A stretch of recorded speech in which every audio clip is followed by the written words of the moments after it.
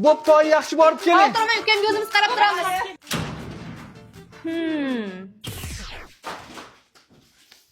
Oilada opalaringdan keyin tug'ilgan va uzoq kutilgan bitta o'g'il bo'lganing uchun ham oying uydaligida opalaring seni ko'nglingga qarashga majbur. Lekin yolg'iz qolganingda Sardor. Sardor. Hov. Voy, boshqalar gapirganda ishonmagandim, Sardor. Kechsin senaqa do'stdan. Hey!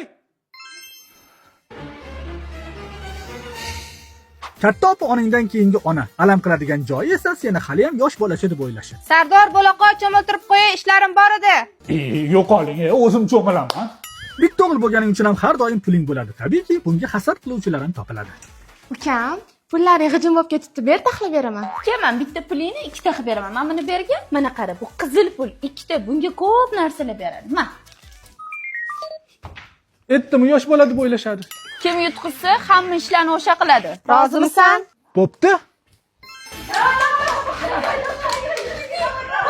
Sen yutdim deb o'ylaysan, lekin Mayli ukajon, o'zi bu uyda mehmon edim. Yaqinda turmushga chiqaman. Sizlar. Ko'nglim bo'shligi yomon-da. Opa, buni menga bering, men o'zim qilaman. Siz buni yeb turing. Qo'yur ukajon, shart emas edi. Rahmat. Opa, velikka deb yiqqan pulim bor-edi, shuni siz ishlating. Mehmonmanda bo'lmasa olmas edim. Ukajon, opamdan keyin biz ham yerga tegib ketamiz. O'shaning uchun Jonga tegib ketdilaring. Puh, mana.